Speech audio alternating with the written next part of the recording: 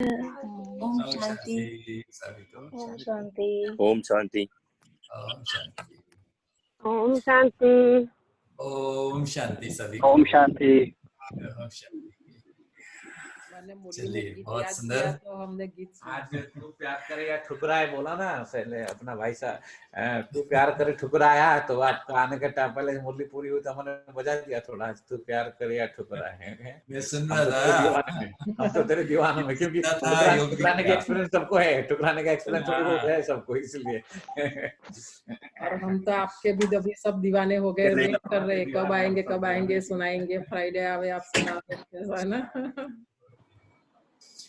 चलिए, बहुत सुंदर। बाबा लास्ट टाइम सुन रहे थे हम कि हमारी पढ़ाई में योग का सब्जेक्ट कितना महत्वपूर्ण है। वास्तव में सारा सार ही योग है, जिसको बाबा कहते योग तो हठ योगियों का, सन्यासियों का शब्द है। योग शब्द मत कहो, याद कहो, बाबा कहते। हमारा दूसरा सब्जेक्ट जो सहज राजयोग, वास्तव में हमारी पढ़ाई का सार वही है। ऐसी एक भी मुरली नहीं होगी जिस मुरली में बाबा योग के लिए नहीं बोलते होंगे कुछ भी। आज ही देखो वरदान भी मिला, सहज योगी भव, है ना नहीं? और जीवन में योग ही सब कुछ है। अगर ज्ञान तो दुनिया में बहुत कुछ था, बहुत द्वापर युग से बहुत कुछ पढ़े पढ़ाए पंडित बन गए, और ऐसे भी दुनिया में धारणा मूर्त लोग भी बहुत हैं, सेवा भी बहुत करते हैं, लेकिन योग बाबा कहते किसी को भी पता नहीं है। योग से जो प्राप्ति है वो किसी को है नहीं, जिसके कारण परमात्मा आते हैं, योगी बनो, ज्ञानी बनो, योगी बनो, पवित्र बनो। बाबा जब संसार में सभी मनुष्य भोगी और रोगी हो जाते हैं, इस भोगियों का संसार को योगियों का संसार में बदलने के लिए आए, क्योंकि देवताएं सब योग जन्मा होंगे। ये नई दुनिया जो बाबा स्थापना कर रहे हैं, इसका आधार ही योग है। तो योग नहीं तो जीवन में कुछ भी नहीं है। हमारी पढ़ाई का सार योग है। अंत में योग ही काम में आएगा और कुछ भी काम में नहीं आएगा। तो इसलिए हम सुन रहे थे, और बाबा कहते जो योग में फेल होंगे वो चंद्रवंशी बनेंगे, सूर्यवंशी तो जा ही नहीं सकते हैं स्वर्ग में, सतयुग में कृष्ण के साथ आ ही नहीं सकते हैं। इसलिए बाबा कहते योग को साधारण सब्जेक्ट नहीं समझो बच्चे, और बहुत लंबे समय का इसका अभ्यास चाहिए। आप चलो, आपको बहुत एकदम नशा हो गया, निश्चय हो गया, एकदम सारी मुरलियां पढ़ लेंगे, सब कुछ दिन रात लग के पढ़ लेंगे। जैसे दुनिया में जो स्टूडेंट होते हैं, देखना बहुत अच्छे स्टूडेंट होते हैं, साल भर घूमते रहते हैं, और एग्जामिनेशन से 1 महीना पहले ऐसे दिन रात पढ़ लेंगे, टपर बन जाते हैं। ये पढ़ाई ऐसा नहीं हो सकता है। ऐसा नहीं होगा, वो लौकिक पढ़ाई में चलेगा। इस पढ़ाई में तो लंबे समय का पुरुषार्थ, जब से बाबा के पास आए तब से अंतिम श्वास तक हमारे बाबा चार्ट देखेंगे, हमारे लगन देखेंगे, पुरुषार्थ क्या किए हैं, सेवा क्या किए, सब देखेंगे बाबा। परंतु चलो, सेवा कंपेंसेट कर सकते हो, ज्ञान भी कंपेंसेट कर सकते हो, बहुत कुछ अंत में वैराग्य आएगा, हो जाएगा। लेकिन लंबे समय तक अगर योग अभ्यास नहीं किया, कर्मेंद्रियों को शांत शीतल नहीं बनाया, विकर्म दग्ध नहीं किया, तो धर्मराजपुरी में सजा खाकर बाबा कहते उच्च पद मिलेगा नहीं। तो इसलिए योग को बाबा कहते हैं बच्चे साधारण सब्जेक्ट मत समझो, योग को अच्छी तरह से समझो। याद किसे कहा जाता है, बहुत सारे बच्चों को पता ही नहीं बाबा के। तो लास्ट फ्राइडे को हम तो सुन रहे थे योग कितने नाम है, योग क्या है, योग की परिभाषा क्या है। आज हम सुनेंगे योग का आधार और विधि, और इससे प्राप्ति क्या है।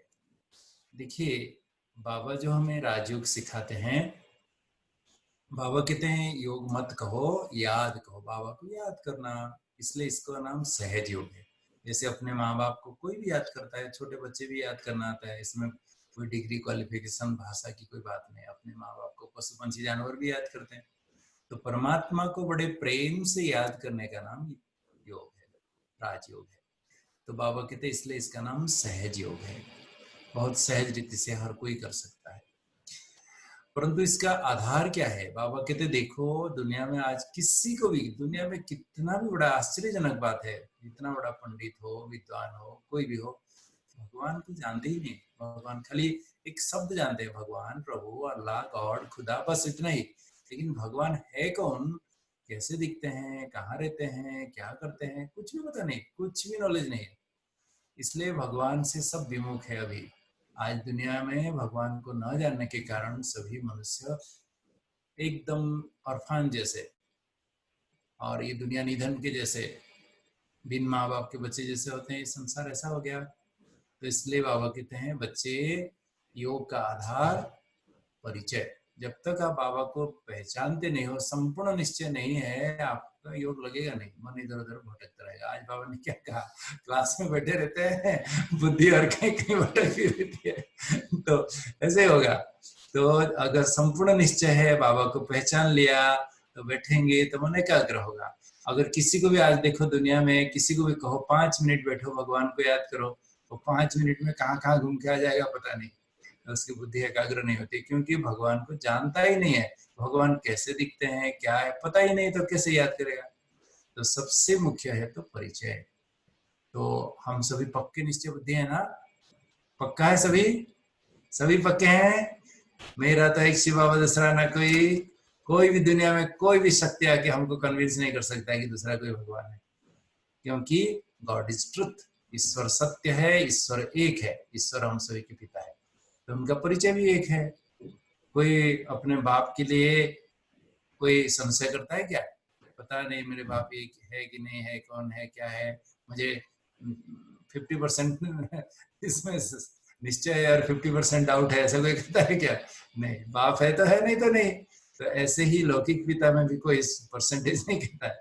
यहाँ भी परमात्मा हमारे पिता हैं, तो इनको या तो हम जानते हैं या तो नहीं जानते हैं। इसमें परसेंटेज की बात नहीं, संशय की बात नहीं। तो जिस प्रकार बाबा ने हमको परिचय दिया, हम सभी समझ गए। अभी 100% भी निश्चय है कि ये हमारे रूहानी पिता हैं, शिव बाबा हैं। दुनिया की कोई भी शक्ति हमारे ये जो निश्चय को कोई हिला नहीं सकता है ना। नहीं, अगर ऐसा सभी का पक्का निश्चय है तो योग भी सहज है। अगर डाउट है मन में, पता नहीं, और कोई संत जी, अभी कोई सतगुरु जी आए हैं, वो तो कुछ कुछ बोल रहे हैं, भगवान भी वो भी हो सकते हैं, उनके तन में भी भगवान आ सकते हैं। कोई बाबा है कहीं से आया है उधर, वो भी भगवान हो सकते हैं। जिसकी बुद्धि ऐसे भ्रमित है, वो कभी भी योग उसका सहज होगा ही नहीं, अनुभव होगा ही नहीं, प्राप्ति भी कुछ होगी। तो परमात्मा एक है, परमात्मा सत्य है, परमात्मा का परिचय भी एक है, तो संपूर्ण निश्चय। दूसरा फाउंडेशन है परमात्मा से जितना प्यार, जितना बाबा से आपका प्यार होगा उतना मन एकाग्र होगा, योग में घंटों तक आप बैठ सकते। दुनिया में किसी से किसी का प्यार होता है तो दिन रात वही याद आता रहता ना। ऐसे बाबा से जितना प्यार होगा, बाबा को इतना सहज रीति से याद कर सकते हैं। और बाबा से जितना संबंध जोड़ेंगे, दुनिया में प्यारे तो बहुत होते, दुनिया में बहुत लोगों को आप जानते हो, लेकिन जिससे प्यार है वो व्यक्ति याद आता है। जिससे प्यार है, ऐसे प्यारे लोग भी बहुत हैं, लेकिन जिससे संबंध है, खास हमारा ब्लड कनेक्शन है, ब्लड रिलेशन है, वो लोग ज्यादा याद आते हैं। ऐसे ही बाबा से सर्व संबंध जोड़ेंगे। एक्चुअली दुनिया में जो यहाँ संसार की नाता रिश्ता, ये तो टेम्पररी है, एक जन्म का नाता रिश्ता। इस जन्म में हम अभिनय कर रहे हैं, अगले जन्म मर जाएंगे, फिर दूसरे माँ बाप भाई बहन सब नाता रिश्ता फिर चेंज हो जाएगा। 84 जन्म में 84 बार हम चेंज कर चुके हैं। तो लेकिन परमात्मा से हमारा अविनाशी संबंध है, सदा के लिए संबंध है। वो हमारे सच्चे पिता हैं, परम पिता है। बाबा के साथ 8 संबंध मुख्य रूप में है। ऐसे तो भक्ति में हम कहते थे, हे प्रभु तुमेव माता च पिता, तुमेव बंधुश्च सखा, तुमेव विद्या द्रविणम, तुमेव सर्वमम देव देव। हे प्रभु आप मेरे सब कुछ हो। लेकिन 8 संबंध बाबा कहते मुख्य रूप में, सारा दिन में 8 संबंध निभाओ बच्चे। एक है बाबा हमारे पिता है, परम पिता है। दूसरा बाबा हमारी माँ है, हमें स्नेह शक्ति देके हमारी कितनी पालना करते हैं। बाबा हमें पालना देते हैं। जैसे माँ बच्चों को क्या करती है, खिलाते पिलाते मालिश वालिश करके, जा बेटा जा खेलने जा। तो ऐसे ही बाबा भी हमें सवेरे सवेरे योग के टाइम में, मुरली के टाइम में एकदम हमको ज्ञान योग से भरपूर करके शक्तिशाली बना के, जाओ बच्चे सारा दिन माया से लड़ो, माया तुम्हारा कुछ नहीं कर सकती। तो बाबा भी हमारी पालना करते हैं, शक्ति देते हैं। तो माता पिता, फिर गुरु शिक्षक। बाबा हमारा शिक्षक है, रोज पढ़ा रहे। गुरु माना जो हमें गति सदगति दे देंगे, जीवन के सारे अंधकार को मिटाने वाले। तो गुरु तो एक परमात्मा ही है, सतगुरु, और दुनिया में कोई हो ही नहीं सकता है, क्योंकि गति मुक्ति सदगति देने वाला कोई मनुष्य कभी नहीं हो सकता है। सारे संशय को मिटा के अंधकार को दूर करने वाला कोई मनुष्य नहीं हो सकता है। बंधु भी है, सखा भी है। बंधु बना भाई, सखा बना फ्रेंड। तो बाबा को आप भाई भी बनाओ, बाबा को सखा भी बनाओ। हर कार्य में कर्म करते समय बाबा जैसे मेरे हाथ साथ में है, बाबा मेरे साथी बनकर मुझे खुदा दोस्त है, हर काम बाबा मुझे सब कुछ सहयोग दे रहे, तो अनुभव करो। फिर इस प्रकार बाबा कहते हैं मैं तुम्हारा साजन भी हूँ, मैं तुम्हारा बच्चा भी हूँ। तो बाबा हमारा शिक्षक भी है तो रक्षक भी है, साजन भी है तो सर्जन भी है। हमें सदा निरोगी बना देते हैं, 21 जन्म के लिए निरोगी बना देंगे। तो बाबा को बोलना बाबा आप वैद्यनाथ हो।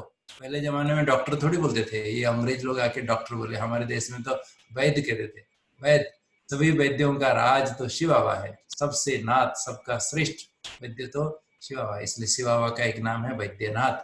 तो बाबा को कोई भी बीमारी होती तो बाबा को कहना बाबा आप सुप्रीम सर्जन हो, आप मेरे पिता हो, मैं आपका बच्चा हूँ, मुझे तकलीफ है, ठीक करो। आप ऐसे ही खाली बोलते हो मैं बैठा हूँ ना बच्चे, तुम चिंता मत करो, खाली ऐसे बोलते हो, ठीक करो मुझे। बाबा के साथ संबंध जोड़ो, बाबा आप मेरे सर्जन भी हो, ठीक करो मुझे। बाबा हमारा शिक्षक भी है तो रक्षक भी है, साजन भी है तो सर्जन भी है, और हमारा बच्चा भी है। बाबा को बच्चा बनाओ।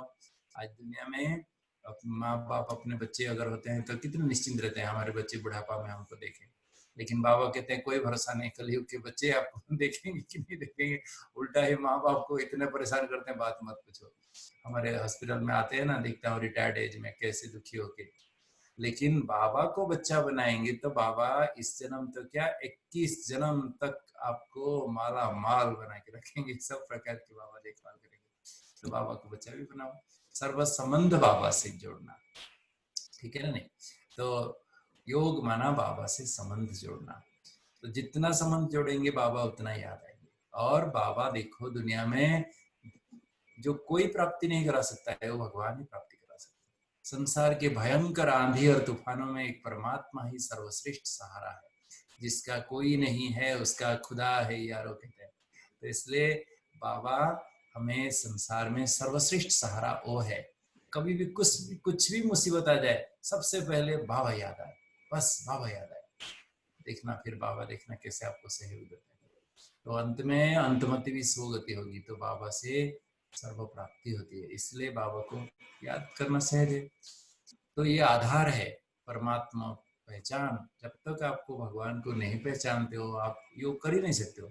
बाबा से जितना स्नेह होगा, हमारे दादियों के पास क्या है, हमारी जितनी भी दादियां देखो कौन से कॉलेज में यूनिवर्सिटी में गए थे, पढ़े लिखे PhD किए हैं, कुछ भी नहीं। सीधा बाबा से जो प्यार है, बाबा ने एक मुरली में कहा है कि बाबा से संपूर्ण प्यार ही संपूर्ण ज्ञान है। बाबा से अगर प्यार हो गया बस यही कंप्लीट नॉलेज है, ऑटोमेटिक बाबा सब कुछ दे देगा, सब कुछ प्राप्ति। जत कृपा पंगु लंघयते गिरि मुख करति वाचालम, हम सुनते थे। अरे हमारी दादियां कौन सी यूनिवर्सिटी में है, कितने बड़े बड़े साइंटिस्ट, कितने बड़े बड़े हजारों के संख्या के लोगों को अभिभाषण करके अभिभूत कर दे रहे हैं।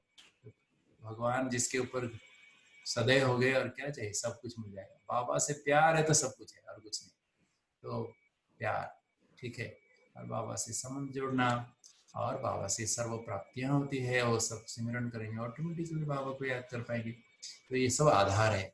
अभी विधि क्या है, बाबा को कैसे याद करना है, ये बहुत इंपॉर्टेंट है। सुनिए सभी, क्योंकि विधि से ही सिद्धि प्राप्त होती है। कोई भी कार्य अगर विधि पूर्वक करेंगे, ठीक से करेंगे, तो वही उससे प्राप्ति होगी। आप ठीक से नहीं करोगे तो गड़बड़ करोगे तो फिर रिजल्ट भी ऐसे होगा।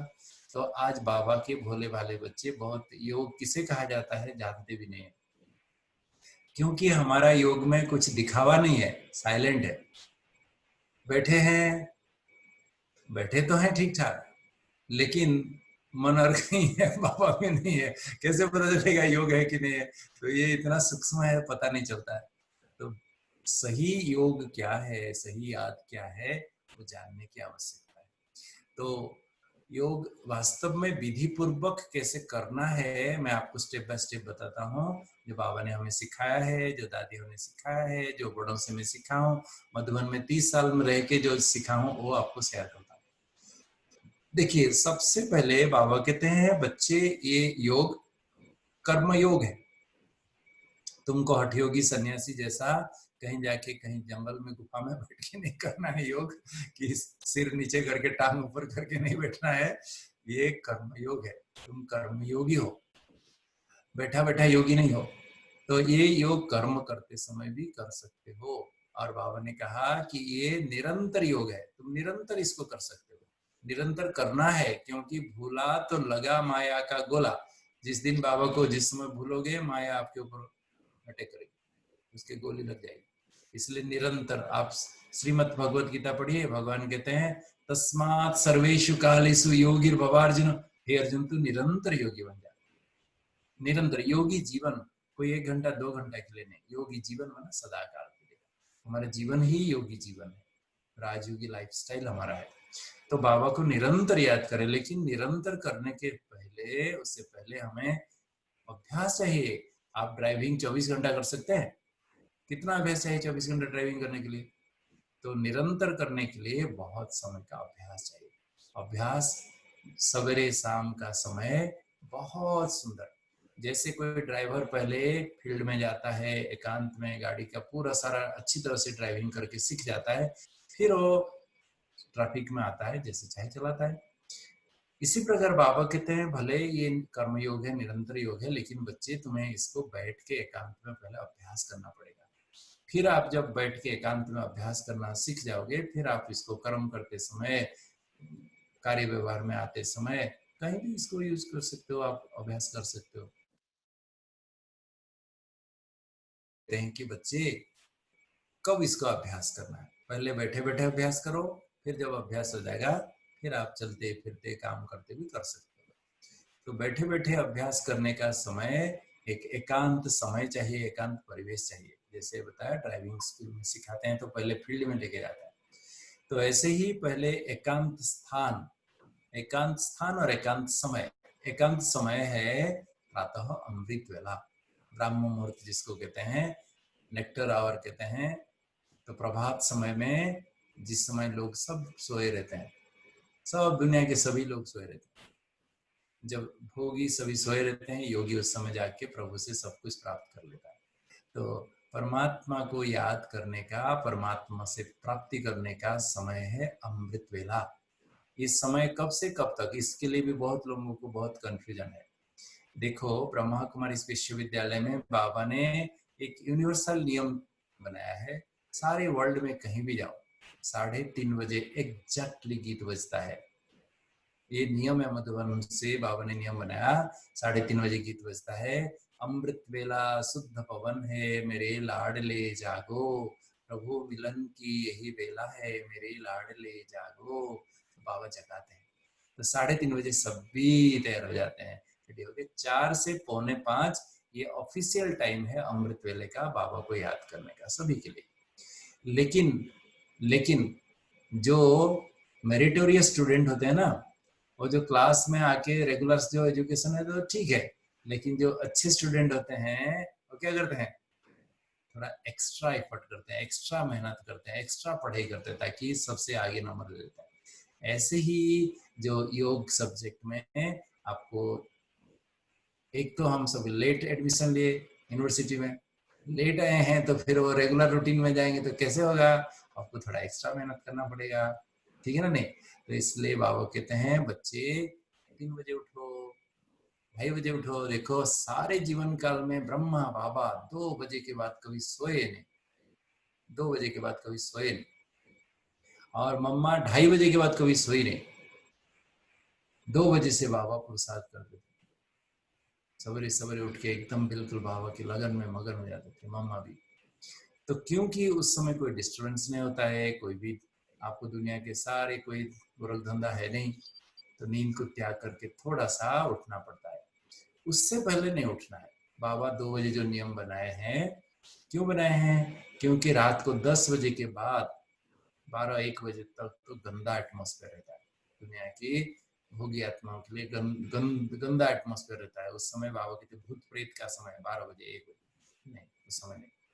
तो हमें बाबा जैसा 2 बजे से पहले थोड़ा उठ के तैयार होके 2 बजे से अगर बाबा जैसा कर सकते हैं बहुत अच्छा। बाबा कहते हैं जो 5 बजे उठते हैं वो सब भगत आत्माएं हैं, वो भक्ति करते हैं। उठेंगे, नहा धो के फूल तोड़ेंगे, कहीं से पत्ते पत्ते इकट्ठे करेंगे, चंदन घिसेंगे और मंदिर में जाके भगवान की आरती करेंगे और भगवान को कुछ ना कुछ मांगते रहेंगे। तो 5 बजे जो उठता है उसको भगत कहा जाता है। जो योगी होता है वो उससे पहले उठता है, 4 बजे उठता है। ये 4 बजे उठता है, भगत से पहले उठ के वो भगवान से सब कुछ ले लेता है। 4 बजे जो उठता है उसको योगी कहा जाता है। 4 बजे से पहले जो उठता है 3 साढ़े 3 बजे उसको राजयोगी कहा जाता है। उससे पहले जो उठता है वो महायोगी है। उससे पहले जो उठता है महायोगी है। जो 6 बजे उठता है उसको भोगी कहा जाता है। इसका वट उसका वट, चाय पिएगा, अखबार देखेगा, बड़ा मुश्किल से टीवी देखेगा, फिर उठेगा खटिया से, तो उसको कहेंगे भोगी। 6 बजे बना भोगी, 7 बजे बना रोगी, 8 बजे महारोगी, 9 बजे महारोगी। तो अभी हमारे हॉस्पिटल में एक क्लिनिक में एक फैमिली आए थे, माँ बाप और 3 बच्चे। माँ बाप तो अपना बिजनेस करते हैं आबू रोड में, उनके बच्चे सब कोई कहाँ कोई कहाँ कोई कहाँ। तो अभी एक कोरोना कोविड के कारण सब पूरा इकट्ठे है घर में, सबको डायबिटीज है, सबको डायबिटीज है, सब आए थे। तो पूछा कि कितने बजे बच्चे उठते हैं, तो उसके जो पिताजी कहते हैं ये बच्चे 11 बजे 12 बजे उठते हैं। कितने बजे सोते हैं? रात को 3 बजे 4 बजे। आप सोच लीजिए क्या होगा। माँ बाप को 60 साल, अभी 50 55 60 साल उम्र है, उनको तो डायबिटीज हो गया। अभी बच्चे 25 साल भी नहीं हुआ है उनको डायबिटीज हो गया। 25 साल 22 साल 18 साल में भी डायबिटीज हो गया। सोचो तो सही, उल्लू जैसा जीवन। रात दिन और रात भगवान ने किस लिए बनाया? रात भर जागने के लिए और दिन में सोने के लिए? नहीं। हमारा देश का गायन है, early to bed and early to rise makes a man healthy wealthy and wise. जो जल्दी सोता है, जल्दी उठता है, स्वास्थ्यवान, धनवान, बुद्धिमान बनता है। तो हमारा देश का ये कल्चर था। मेरे पिताजी मुझे एकदम अर्ली मॉर्निंग उठा देते। हमारे घर में मेरे ग्रैंडफादर तो इतना डंडा लेके 5 बजे का सोने नहीं देते किसी को, सोया है जा, भाग दौड़ के आ जा। सोने नहीं देते थे। तो ये भारत का कल्चर ही था। तो आजकल बच्चे सोते हैं लेट, खाते हैं लेट, सोते हैं लेट, उठते हैं लेट, तो सब बीमारियां इसलिए। तो इसलिए बाबा कहते हैं योगी बनो। तो 3:30 बजे हमारा राजयोगी का टाइम बाबा ने मुकर्रर किया है, इस समय उठना चाहिए। जब आपको पक्का हो गया कुछ महीना तक, आप अगर फास्ट एफर्ट करना चाहते हो, तीव्र पुरुषार्थी बनना चाहते हो, फिर उसको 15 मिनट पहले उठो, फिर 15 मिनट पहले उठो। मैं बता रहा था ना, दादियों को देखा, बाबा का अनुभव सुना, जगदीश भाई को देखा, मैं ठान लिया कि मुझे जल्दी उठ के करना है। मैं 14 साल तक 2 बजे से पहले उठ के, आज भी उठा हूँ। आज भी 1:30 बजे तो उठता हूँ डेली। उठ के नहा धो के 2 बजे से 5 बजे तक बाबा के साथ लगन में मगन रहता हूँ।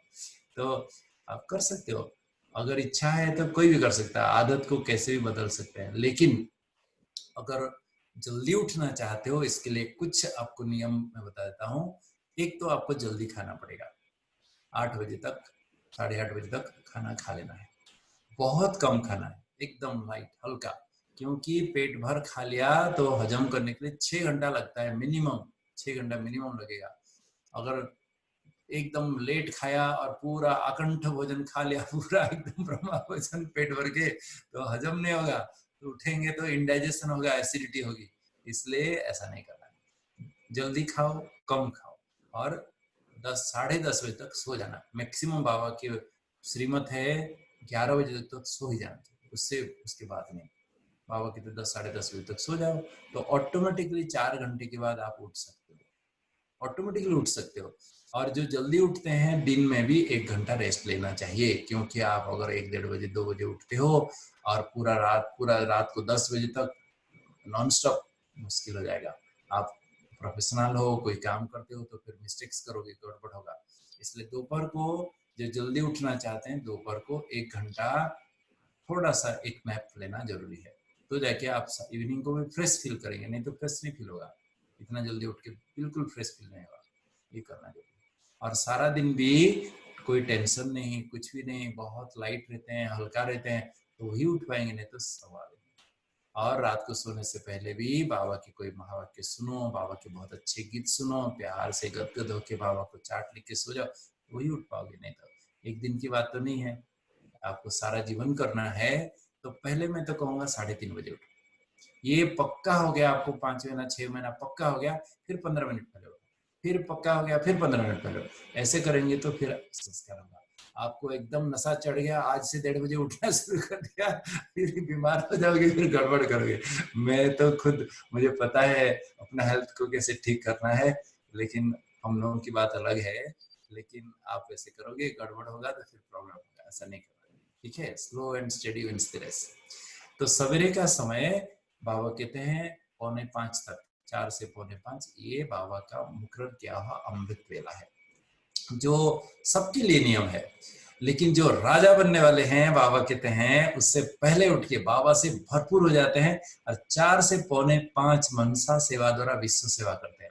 उस समय मैं आत्मा हूँ नहीं करते हैं, अपना योग पहले बाबा से लगा के शक्ति ज्ञान गुण शक्तियों से भरपूर होके 4 से 4:45 फिर सबको डिस्ट्रीब्यूट करते हो, सबको देते चलो मनसा सेवा करो। तो पहले आप स्वयं भरपूर होने सीखो, फिर बाद में आप डिस्ट्रीब्यूटर बनो, सबको देना शुरू करो। तो मैं इसलिए बता रहा था कि पहले सवेरे अमृत वेले 4 से 4:45 ये टाइम आप पहले पक्का करिए, एक दिन भी मिस ना हो, ये नियम बनाइए। और शाम को भी ऐसे 6 से 8 के बीच में आधा घंटा पौना घंटा समय निर्धारित कीजिए, ये समय मुझे योग करना है। एक टाइम फिक्स किए, 6 से 8 के बीच में कभी भी आधा घंटा पौना घंटा आप समय, सवेरे आधा पौना घंटा, शाम को आधा पौना घंटा, इतना टाइम तो करना ही पड़ेगा मिनिमम, जिसका आदि भला अंत भला मध्य भला हुआ ही पड़ा है बाबा के। तो इसलिए दोनों टाइम हम अभ्यास करें, ताकि फिर सारा दिन भी कर्मयोगी बन के रह सके। ये तो हम बताया टाइम। अभी स्थान कहाँ हम अभ्यास करते हैं बहुत इंपॉर्टेंट है। आप बीच बाजार में जाके मार्केट में कहीं बैठ के योग अभ्यास करेंगे, होगी एकाग्रता नहीं आएगी, कभी नहीं, बुद्धि इधर उधर भटकेगी। इसलिए घर में एक एकांत परिवेश बनाओ, एक कहीं छोटा सा रूम को अगर मेडिटेशन रूम बना सकते हो तो बहुत अच्छा रहेगा। और एक अगर नहीं है स्पेशल रूम, तो किसी घर का एक साइड में भी, कोई कोने में भी बहुत सुंदर एक परिवेश बनाओ छोटा सा, जिसमें बाबा का एक चित्र लगाओ, ब्रह्मा बाबा का भी और शिव बाबा का भी, दोनों का चित्र लगाओ। शिव बाबा को देखेंगे तो याद आएगा कि ये हमारे शिव बाबा परम पिता परमात्मा है, ब्रह्मा बाबा के तन में आए हैं, ये हमारे बाबा साकार माध्यम है, दोनों बाबा याद आएंगे। तो फोटो रखो सामने, और वहाँ आपको बहुत सुंदर एक साउंड सिस्टम रखिए। घर में डिस्टर्ब होता है तो आजकल तो सबके पास ईयरफोन है, आप लगा दीजिए, सुनिए अपने आप, क्योंकि गीत बहुत सुंदर माध्यम है। अगर सवेरे सवेरे उठते ही बहुत सुंदर बाबा की कोई प्यार की गीत सुन लेते हैं तो मन गदगद उठता है, बाबा के प्यार में एकदम खो जाते हैं, फिर बाबा योग करना बहुत सहज होगा। ये हमारे लिए बाबा ने आज जैसे सुन रहे थे, तू प्यार करे या ठुकरा, हम तो नहीं छोड़ेंगे तेरे दर प्रभु, मरना तेरी गली में जीना तेरी गली में, ठीक है नहीं। बहुत सुंदर सुंदर बाबा के गीत अगर सुनते हैं तो योग लगाना सहज होता है। वहाँ एटमॉस्फेयर को चेंज करने के लिए कोई अगरबत्ती लगा दीजिए या कोई स्प्रे करके उसका एटमॉस्फेयर को थोड़ा सा आपको, क्योंकि कोई ना कोई बदबू खुशबू आता रहता है तो डिस्ट्रैक्ट होता है माइंड, इसलिए ये सब परिवेश को ठीक करना है। और नीचे बैठ के कर सकते हो तो बहुत अच्छा, क्योंकि योग का अभ्यास देखना हमारे मम्मा बाबा को, बाबा तो 93 उम्र तक पूरा एकदम निराधार होके देखना। मधुबन में जितनी संदलियां हैं आप देख लेना, वहां कोई भी पीछे टेका नहीं है, कोई सोफा कुर्सी कुछ भी नहीं था। शुरू में बाबा जब थे, हमारी सभी दादियां निर्भर भाई सब बच्चे जैसा, छोटे बच्चे जैसा नीचे बैठ जाते थे। बाबा जो अभी भी हिस्ट्री हॉल जाके देखना, अभी तक भी पांडव भवन में था, लेकिन अभी सब हटा के सोफा कर दिए, लेकिन अभी भी हिस्ट्री हॉल जाके देखिए 2 संदलियां हैं, जहाँ एक साइड में बाबा एक साइड में मम्मा बैठती थी, बिल्कुल निराधार एकदम। बाबा एकदम राजा जैसे बैठ जाते थे, टांग पर टांग चढ़ा के अर्धपद्मासन में बैठ जाते थे और बाबा योग लगाते थे। तो हम नीचे बैठ सकते हैं तो बहुत अच्छा, आप अभ्यास करो नीचे बैठने का, देखना आपको कभी भी कमर दर्द ये दर्द कुछ नहीं होगा। हम एक कुर्सी पसंद कर जाते, आराम पसंद, मैं इसको कहता हूँ आराम पसंद, राम पसंद नहीं।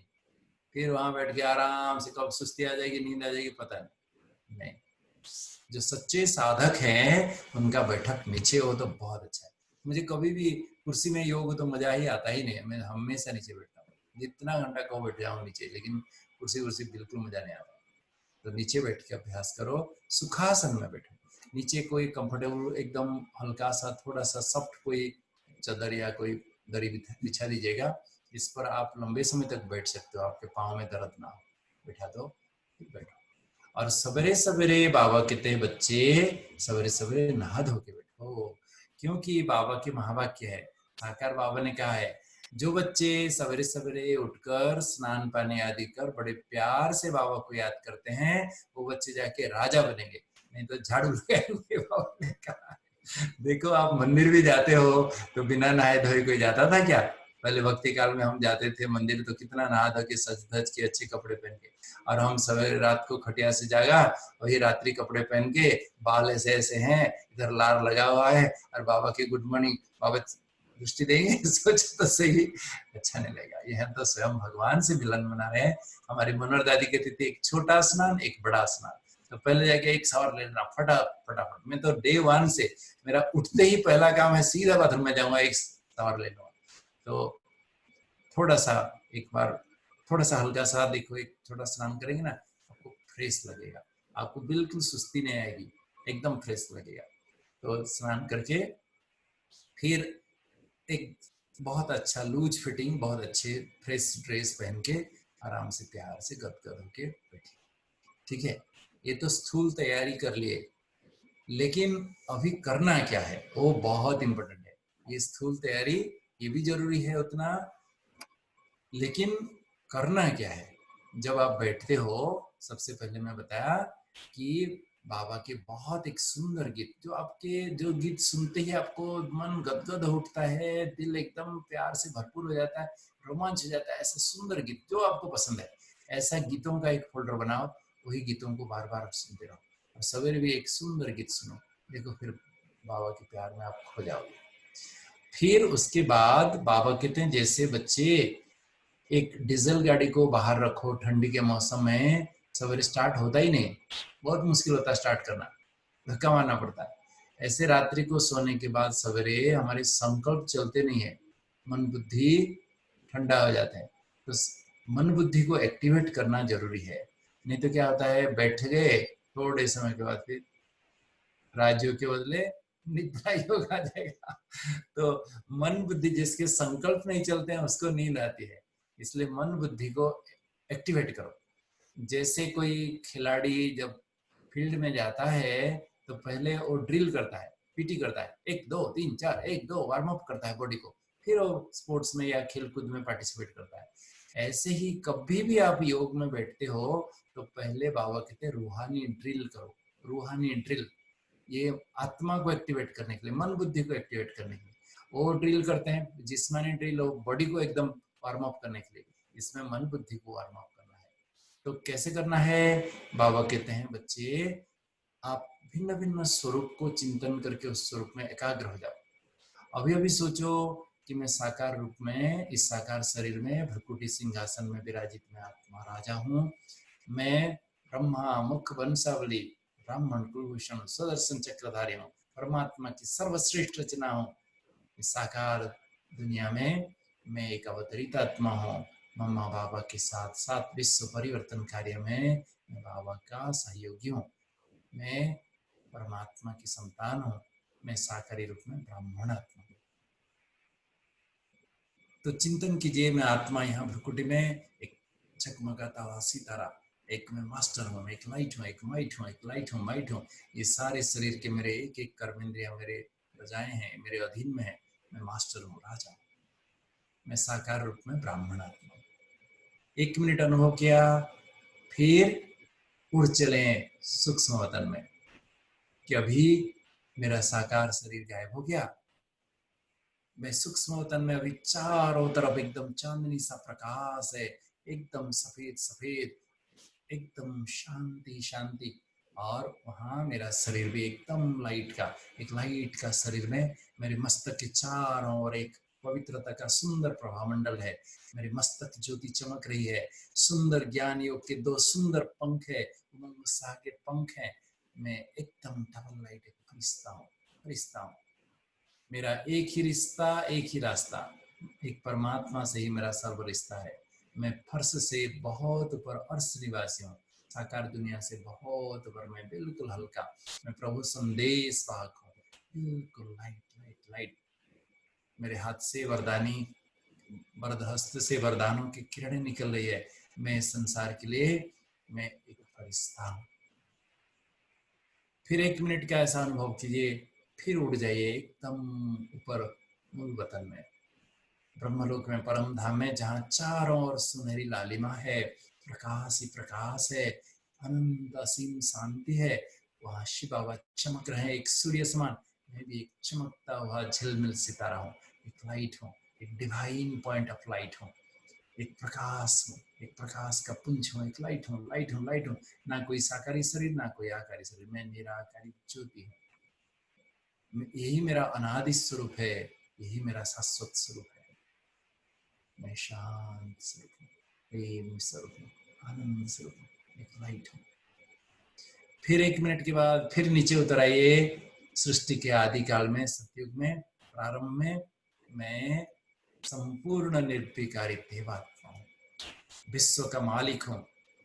मैं चतुर्भुज विष्णु स्वरूप हूँ। मेरे सिर पर एक रत्न जड़ित स्वर्णिम ताज है और एक पवित्रता का प्रभामंडल, एक प्रकाश का ताज है।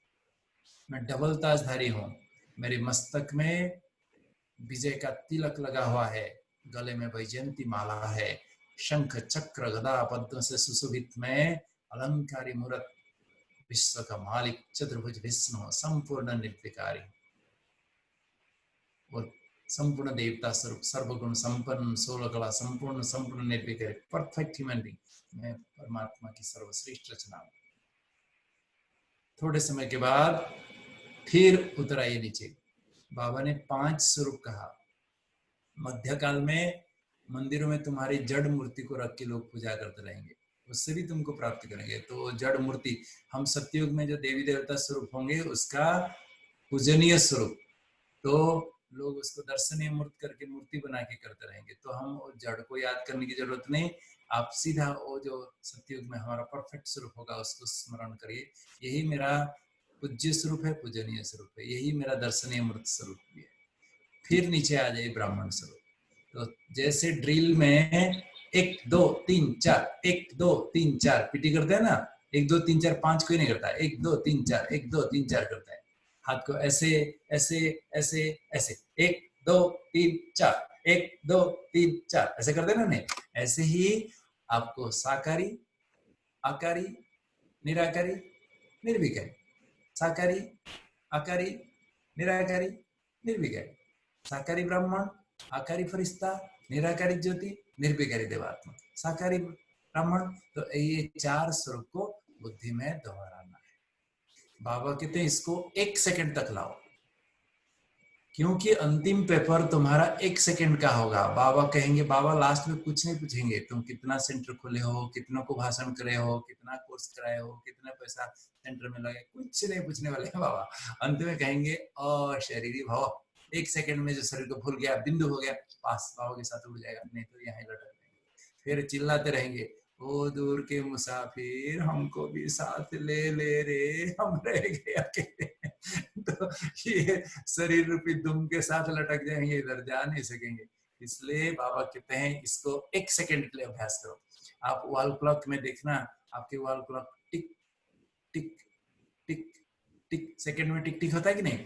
आप पहले 1 मिनट का अभ्यास करके वो वॉल क्लॉक के साथ मैच करके ऐसा अनुभव करो। अभी भी साकारी स्वरूप, आकारी, निराकारी, निर्विकारी।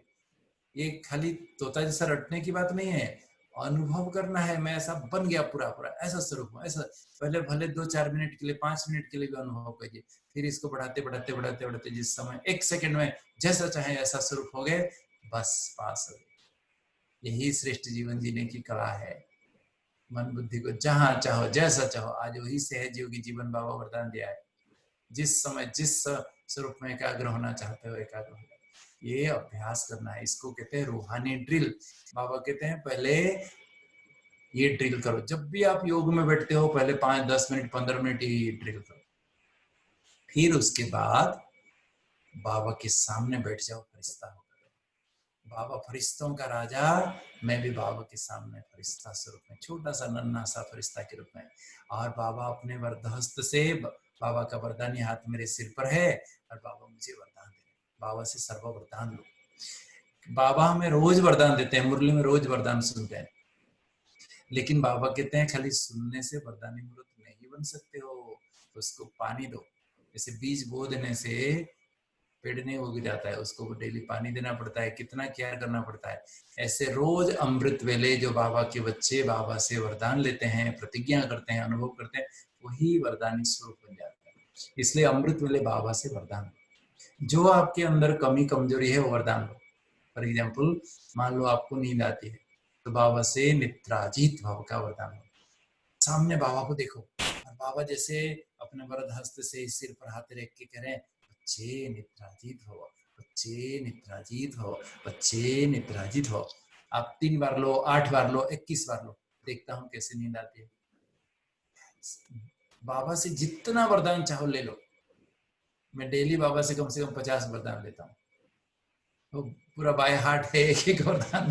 तो आप बाबा से मुख्य वरदान, जैसे बाबा कहते बच्चे विश्व कल्याणकारी भव, बच्चे संतुष्ट मणि भव, बच्चे विजयी रतन भव। तो बहुत अच्छे वरदान आप एक लिस्ट लिखो, कम से कम 8-10 वरदान बाबा से डेली लेना है। और आपके अंदर जो कमी है वो वरदान लेना है। मान लो आपको गुस्सा आता है, तो बाबा से लो वरदान, बच्चे क्रोध मुक्त भव, बच्चे क्रोध मुक्त भव, बच्चे क्रोध मुक्त भव, जैसे वरदान दे रहे हैं। देखना फिर एक दिन उससे मुक्त हो जाएंगे। सबसे बहुत सुंदर सर्वश्रेष्ठ वरदान कौन सा है बताओ? बाबा तो बहुत वरदान देते हैं, सर्वश्रेष्ठ वरदान कौन सा है? मास्टर सर्वशक्तिवान। वाह, पास। तो बाबा कहते हैं बाबा से हम आपको अनुभव से बता रहे हैं। एक बार पार्टी से मिल रहे थे ना, उन दिनों तो आपको मालूम है ना, 90s की बात हो, आप मिल रहे थे। डायरेक्ट बाबा ने मेरे आंख एक तरफ देखा, मैं छोटा था उस टाइम, बहुत ना 19 साल का था। बाबा ने बोला कि बच्चे मास्टर सर्वशक्तिवान हो, मुझे पूछा ऐसा। तो मैंने खाली मैं से छोटा तो नड कर दिया ऐसा, खाली नडिंग किया ऐसा। तो बोलते 7 शक्ति है, 1 शक्ति की कमी है, तो मास्टर सर्वशक्तिवान कहेंगे? तो फिर मैं मेरे ऐसा किया। तो बोलते पता है कौन सी शक्ति की कमी है अपने में? मैं तब से लेके आज तक उस शब्द कभी भूला नहीं, इसलिए मैं आपको मास्टर सर्वशक्तिवान बोलता हूँ। ठीक है। अच्छा। सर्वश्रेष्ठ वरदान है मास्टर सर्वशक्तिवान भव। अगर बाबा के सामने बैठो और बाबा एकदम दृष्टि दे रहे हैं पावरफुल, और बाबा वरदान दे रहे हैं मुझे, बच्चे मास्टर सर्वशक्तिवान भव, मास्टर सर्वशक्तिवान भव। बाबा को देखते रहो और वो वरदान बाबा मुझे दे रहे हैं। आपको नींद आएगी? सोचो तो सही, आप सामने बैठे हो और बैठ के बाबा को देख रहे हो और सोच रहे हो कि बाबा मुझे वरदान दे रहे हैं, मास्टर सर्वशक्तिवान भव, मास्टर सर्वशक्तिवान भव, मास्टर सर्वशक्तिवान भव। ऐसा होगा क्या? तो बाबा से वरदान लेंगे तो झुटकी आएगी। तो बाबा को सामने देखते रहो और बाबा जैसे वरदान दे रहे हैं सिर पर, ऐसा अनुभव करो। तो 21 बार रोज बाबा से मास्टर सर्वशक्तिवान भव का वरदान लो। देखता हूँ कैसे आपको, देखना बाबा कैसे आपको विजयी बना देते हैं, देखना कितना मजा आएगा। कभी भी कहीं भी असफल नहीं होंगे। लेकिन बाबा कहते हैं बच्चे अभी लास्ट सो फास्ट के लिए शॉर्टकट रास्ता ढूंढना है, बहुत विस्तार में जाने की जरूरत नहीं। बाबा से 50 वरदान लेने की जरूरत नहीं। एक वरदान, उसमें सब कुछ वरदान समाया हुआ है और वो सर्वोच्च वरदान है। वो कौन सा वरदान? सर्वोच्च वरदान, उससे बड़ा हाईएस्ट वरदान कुछ है ही नहीं। बाप समान भव। वाह, बधाई हो। किसने कहा? बहुत अच्छा। अगर बाप समान बन गए तो आप सब कुछ हो गया। उसमें सब, उसमें मास्टर सर्वशक्तिवान है, माया जीत है, संतुष्ट मणि है, विश्व कल्याणी है, सब कुछ है उसमें। हाँ, मैंने कहा। बधाई बधाई। तो बाप समान भव। अगर आपको सारी वरदान याद नहीं आते तो कोई बात नहीं, बाबा को बोलो, बाबा मुझे कुछ नहीं चाहिए आपसे, आपका वरदानी हाथ मेरे सिर पर रहे। बाबा मुझे खाली आप, मुझे आप समान बना दो, आप जैसा मीठा बना दो, आप जैसा पवित्र बना दो, बस। बाबा मुझे कुछ नहीं चाहिए, खाली मुझे आप समान बना दो, बस। तो देखो फिर सर्व वरदान उसमें आ जाता है। तो बाबा से प्यार से बातें करो। मैं क्यों कह रहा हूँ 50 वरदान? क्योंकि आप 50 वरदान अगर 3-3 बार भी अगर अभ्यास करेंगे तो 15 मिनट लगेगा आपको अनुभव करने के लिए। तो उसमें आपको लंबे समय तक बाबा से अनुभूति होगी, प्राप्ति अनुभूति होगी। अगर आपको नहीं याद रहता तो कोई बात नहीं, एक वरदान तो कभी नहीं भूलना है, मास्टर सर्वशक्तिवान भव और बाप समान भव। ये दो वरदान कम से कम बाबा से लेना है। और जो आपके अंदर कमी कमजोरी है, जैसे आप बार बार बीमार होते हो, बाबा से वरदान लो, बच्चे सदा निरोगी भव, निरोगी भव, निरोगी भव, बाबा वरदान दे रहे हैं। तो आपके अंदर जो कमी है वो वरदान लेना है ताकि उससे मुक्त हो जाओगे, ठीक है ना। नहीं तो पहले ड्रिल करना है 5-10 मिनट, फिर उसके बाद बाबा से वरदान लेना है, उसके बाद बाबा से सर्व संबंधों का अनुभव करना है, फिर बाबा से बातें करो।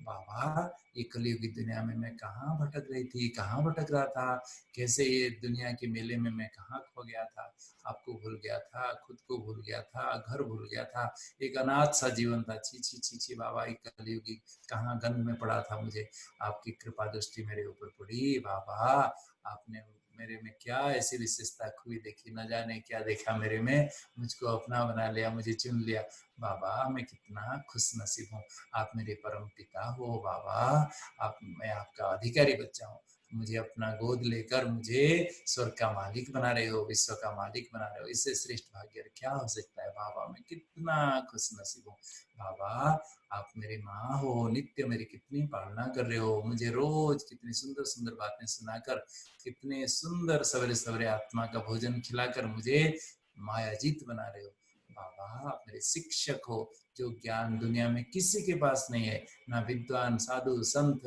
पंडित वेदज्ञ शास्त्रज्ञ वैज्ञानिक किसी के पास नहीं है, तीनों लोकों का ज्ञान, तीनों कालों का ज्ञान, सृष्टि के आदि मध्य का अंत का ज्ञान, सारे धर्मों का सार का ज्ञान, कर्म की गुह्य गति का ज्ञान, पाप पुण्य का ज्ञान, सत्य असत्य का ज्ञान बाबा, जो ज्ञान दुनिया में किसी के पास नहीं, किसी लाइब्रेरी में नहीं, कहीं किसी के नहीं, वो सारा ज्ञान से मुझे भरपूर कर दे, मेरी बुद्धि का ताला खोल दे बाबा, मेरे सारे संशय छिन्न भिन्न हो गया, मैं गता संशय हो गया, नष्ट मोह हो गया, स्मृति लब्ध हो गया बाबा, मैं क्या बताऊं बाबा, मैं कितना खुश नसीब हूँ बाबा, आप मेरे सतगुरु हो, इस भव सागर से पार ले जा रहे हो, कहाँ दुनिया में लोग कैसे फंसे हुए हैं, आप मुझे मुक्ति जीवन मुक्ति दे रहे हो बाबा, मैं कितना खुश नसीब हूँ, आप तो मेरे खुदा दोस्त हो, मेरे पल पल मेरे साथी हो, मेरे को मेरे साथ रह के सारा कार्य करा रहे हो बाबा, आप मैं कितना भाग्यवान हूँ बाबा, आप मेरे साजन हो बाबा, आप मेरे सर्जन हो। तो बाबा से सर्व संबंधों का रुझान करो। फिर उसके बाद जैसे एक छोटा बच्चा स्कूल से पढ़ के आता है, आके मम्मी मम्मी पापा पापा आज ऐसा हुआ, हमारा टीचर ऐसा किया, मेरा दोस्त ऐसा किया, जो बातें सुनाना है सुना देता है। फिर सारा पूरा हो गया तो मम्मी के पास कि पापा के पास बैठ के, छोटा बच्चा नजदीक बैठा रहेगा तो भी उसको मस्ती चढ़ी रहेगी, पापा के साथ मम्मी के साथ उसको नशा रहेगा कि हाँ मम्मी के पास पापा। तो ऐसे ही वो बोलता कुछ भी नहीं है लेकिन उसको अलग नशा रहता है। इसी प्रकार सवेरे सवेरे उठ के बाबा से जो बातें करना है कर लेना, दिल की बातें जो सुनाना है सुनाना, छोटा बच्चा होके जो सुनाना बाबा दिल की बातें सब सुना दो, खाली हो जाओ, फिर बैठ जाओ चुपचाप, फिर दिल कहे बाबा तुझे देखता रहूं हो बाबा, देखता रहूं, बाबा को देखते रहो, देखना बाबा कैसे एकदम शक्तिशाली किरणें, लाइट लाइट शांति शक्ति प्रकाश प्रेम पवित्रता की एकदम फुहारे जैसा आपको अनुभव होगा। जैसे कोई कूलर के सामने जाके बैठ के आपको मांगना नहीं पड़ता है, हीटर के सामने जाके बैठ के मांगना नहीं पड़ता, बहुत ठंडी लग रही है ये हीटर मुझे थोड़ा हीट दो, मांगना नहीं पड़ता है, चुपचाप साइलेंट होकर एकाग्र होकर बैठ जाओ, आपको हीट ऑटोमेटिकली अनुभव होगा, शीतलता ऑटोमेटिकली अनुभूति होगी। ऐसे ही मन बुद्धि को एकाग्र करके बाबा को देखते रहो, बाबा की आंखों को देखते रहो, शिव बाबा को बिंदु को देखते रहो, बाबा बिंदु मैं बिंदु, बाबा बिंदु मैं बिंदु, देखना कैसा अनुभव होगा। एकदम पूरा मन बुद्धि जब एकाग्र हो गया बाबा से अनुभूति होगी। तो जब योग में बैठते हैं ये विधि है, बाबा ने कहा है ऐसी, फिर बाबा में एकाग्र होकर पूरा चार्ज हो जाओ, भरपूर हो जाओ, कभी बाबा की गोदी में समा जाओ, आकारी रूप में फरिश्ता रूप में, मैं छोटा सा नन्हा सा फरिश्ता हूँ, बाबा की गोदी में समा जाओ, फिर कभी एकदम उड़ जाओ पूरा मूल बतन में, शिव बाबा सामने है मैं सामने हूँ, बाबा एक ज्योति बिंदु हो, प्रकाश का पुंज है, मैं भी बाबा सूर्य समान है, मैं बाबा के एकदम नजदीक गया नजदीक गया नजदीक गया, नहीं गया सामने सामने सन्मुख सन्मुख, बाबा में समा गया। जैसे दो मोमबत्ती को एकदम नजदीक ले जाओ तो क्या होता है, दोनों लो एक हो जाता है, ऐसे ही मैं बाबा में समा गया। मैं शिव शक्ति हूँ, मैं कंबाइंड हूँ, मैं लाइट हाउस हूँ, मैं मास्टर ज्ञान सूर्य हूँ। जैसे बाबा चारों तरफ लाइट माइट शांति शक्ति फैला रहे हैं, मैं भी बाबा के साथ चारों ओर फैला रहा हूँ। इसी स्वरूप में एकाग्र हो जाओ। अनुभव करने की बात है, जितने लंबे समय तक बैठोगे उसी से ही विक्रम दग्ध होगा, उसी को ही ज्वाला स्वरूप, उसी को ही बीज रूप कहा जाता है। मन बुद्धि को बिल्कुल एकाग्र करके बाबा के साथ साथ मैं कंबाइंड बैठ जाओ पूरा बाबा के साथ। कितने लंबे समय तक बैठ सकते हो देखो। फिर उतर आओ, फिर उतर के अभी विश्व सेवा, अभी मनसा सेवा, अभी बाबा के साथ कभी फरिश्ता बन जाओ, अंतरिक्ष में ऊपर उड़ो पूरा एकदम सारे विश्व का एक एक महादेश को देखो। हे आत्माएं उठो जागो, पहचानो अपने विश्व पिता को। देखो यही तो ब्रह्मा बाबा है, यही तो आदम है, वही तो आदिदेव है, एडम है। इनके तन में शिव बाबाएं हैं जो लाइट है, वो उनके तन में आके देखो, विश्व को परिवर्तन कर रहे। पहचानो अपने दोनों पिता को, ले लो वर्षा। अरे स्वर्ग में चलना है, अभी विश्व का महाविनाश होगा। सभी आत्माओं को संदेश दो, प्रकाश दो ऊपर से बिल्कुल चारों तरफ सारे विश्व का परिक्रमा लगाओ। एक एक देश के ऊपर जाके बाबा के साथ भी करो। कभी एकदम विश्व को ग्लोब के रूप में इमर्ज करो, उसके ऊपर बैठ जाओ।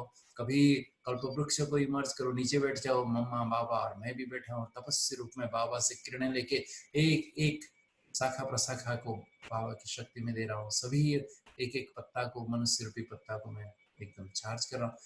तो भिन्न भिन्न रूप में इमर्ज करके मनसा सेवा, विश्व सेवा, तो ऑटोमेटिकली आपको देखना 1 घंटा कैसे बीत जाएगा आपको पता भी नहीं चलेगा, इतने सारे करोगे। तो इसलिए बाबा कहते हैं मेरे बच्चे अमृत वेले अनुभव करो, ऐसा अभ्यास करो। शाम को भी ऐसा अभ्यास करो। आप थोड़े दिन देखना बीच बीच में मन इधर भाग गया, इधर भाग गया, फिर एकाग्र करके इस विधि को अपनाओ। ये बाबा का बताया हुआ, ये मैं अपना मनमत नहीं कह रहा हूँ। ये बाबा की अव्यक्त मुरलियां सारे अध्ययन करके 69 से अभी तक एक किताब मिलता है अमृत वेला, पढ़ लेना आप, हिंदी का। वो किताब हमने संकलन किया था। मैं जब 14 साल तक मधुबन छोड़ के कहीं नहीं गया ना, अमृत वेले के बाद रोज अव्यक्त वाणी पढ़ते थे हम ग्रुप में। पहले तो मैं क्लास शुरू किया, फिर एक एक भाई को जुटा के फिर हम संगठन बन गया। फिर हम रोज अव्यक्त मुरलियां 10 बार पढ़ लिए होंगे सारी। तो उसमें बाबा अमृत वेले के बारे में जो भी बताया वो सारे महावाक्य का संकलन है। आप वो किताब जरूर पढ़ो, आपको ये सारी विधि वहाँ है। तो बाबा जो बताया मैं वो आपको शेयर किया, ऐसे अनुभव करना, ये है योग की विधि। ठीक है, समझ में आया? तो आगे हमें योग से क्या प्राप्ति होती है, ठीक है ना, नहीं वो मैं नेक्स्ट क्लास में शेयर करूंगा। नेक्स्ट क्लास में शेयर करूंगा। अभी 6 बजने वाला है। आपको कुछ क्वेश्चन पूछना है तो, क्योंकि मैं खाली बोलता रहता हूँ, आपसे सुनता नहीं। वो निराकारी और फिर आकारी। पहले साकारी ब्राह्मण, फिर आकारी फरिश्ता, फिर निराकारी ज्योति, फिर निर्विकारी देवात्मा। साकारी, आकारी, निराकारी, निर्विकारी। साकारी, आकारी, निराकारी, निर्विकारी। समझ में आया? निराकारी में हाँ, जो चौथी स्टेज बताई ना, उसमें हाँ। कौन सा स्वरूप मतलब की? देखो पहले साकारी ब्राह्मण, ठीक है, मैं अभी संगम युग में ब्राह्मण हूँ। फिर फरिश्ता हो जाओ, उठ जाओ। अभी ब्राह्मण का लास्ट स्टेज फरिश्ता होगा, उठ जाओ सूक्ष्म वतन तक, फिर वहां फरिश्ता हो गया। फिर वहां से उठ जाओगे ऊपर मूल वतन में, बिन में निराकारी हो गया। फिर उतर आओगे स्वर्ग में, सतयुग में निर्विकारी हो गया। उसी को जड़ रूप में फिर मध्य काल में फिर उसको पूजा करेंगे, चतुर्भुज विष्णु स्वरूप को तो पूजा करेंगे। और क्या, मेरा कभी हम सूंड वाला पूंछ वाला तो नहीं बनेंगे, ऐसा इमर्ज भी नहीं करना। हमें गणेश हनुमान में बोलने की जरूरत नहीं है। बाबा कहते हैं मैं चतुर्भुज विष्णु स्वरूप हूँ, एकदम विश्व का मालिक हूँ। तो वही मेरा पूज्य स्वरूप है, पूजनीय स्वरूप है, वही मेरा दर्शनीय मूर्त है। द्वापर काल में भक्ति का, भक्तों का सहारा मूर्त बनूंगा। तो 4 स्वरूप, इसको भी करेंगे तो 1 2 3 4 ये भी रूहानी है, इसमें दोनों समाये। ठीक है। और किसी को इसको प्रश्न होता है नॉर्मली श्रीमंत भाई, वो लोग क्वेश्चन लिख के भेजते हैं, क्योंकि कम से कम 50 मैंने किया, मैंने अनबट किया, हमने खुद किया है यार। तो जिनको प्रश्न होता है ना, तो नॉर्मली यहाँ क्वेश्चन, क्योंकि तरह तरह से बहुत जगह से जुड़े हुए यहाँ रहे, अलग अलग सिटी से भी जुड़े हुए हैं, तो हम उनसे मंगवा लेते हैं। रामनाथ भाई भी ऐसे ही करते हैं, सब लोग क्वेश्चन लिख के भेजते हैं, फिर हम आपको भेज देते हैं, फिर वो लोग फिर उस क्वेश्चन का जवाब देते हैं कॉमन में। नहीं तो ऐसा कर सकते हैं अनु भाई, आप क्वेश्चन लिख के रखो, नेक्स्ट जब क्लास होगा ना पहले क्वेश्चन आंसर सेशन करेंगे तो मैं सारा क्वेश्चन आंसर दे दूंगा, फिर आगे के लिए प्राप्ति और आगे के लिए और भी बहुत सारी बातें विधि बाबा ने जो कहा है, निरंतर योगी कैसे बने, कर्म योगी कैसे बने, वो सारी बातें भी डिटेल बताने वाला हूँ। तो इसलिए जो मैं समझ है तो आप क्वेश्चन लिखो सभी से और फिर मुझे पूछो, क्योंकि योग एकदम बुद्धि से स्पष्ट होना चाहिए, क्लियर होना चाहिए। हमारा योग ठीक है तो सब कुछ ठीक है, योग ठीक नहीं तो कुछ भी ठीक नहीं है, कुछ भी ठीक नहीं है, मैं बता रहा हूँ। तो इसलिए पक्के बाबा के योगी बने सभी, ये मेरी शुभकामना। ठीक है, हाँ जी, ओम शांति। बहुत बहुत धन्यवाद सभी भाई बहनों को। जल्दी जल्दी तीव्र पुरुषार्थी बनो, उड़ो उड़ाओ सबको। लास्ट समय है, लास्ट समय में बता रहा हूँ, थोड़े दिन, ये 1-2 साल का ही खेल है, देखना उसके बाद तो ऐसा घमासान होगा, कुछ भी नहीं कर सकेंगे, कुछ नहीं। जो करना है अभी कर लो, ये 1-2 साल की बात है, मैं बता रहा हूँ। अभी सभी कह रहे हैं ये कोरोना का तो कब तक चलेगा, ऑन एंडिंग 2 साल तो मिनिमम। इंडिया में सब बड़े बड़े मुख्य डॉक्टर सब इकट्ठा होके बता रहे थे 2021 में ऐसा चलेगा।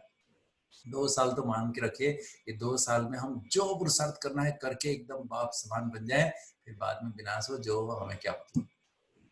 ठीक है, बिल्कुल, बहुत अच्छा, बहुत ही बढ़िया। Thank you.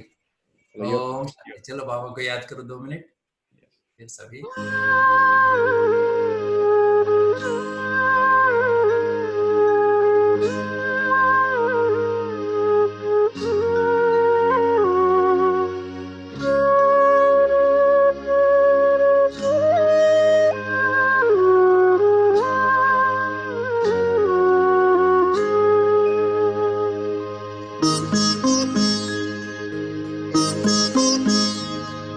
योगी पवित्र जीवन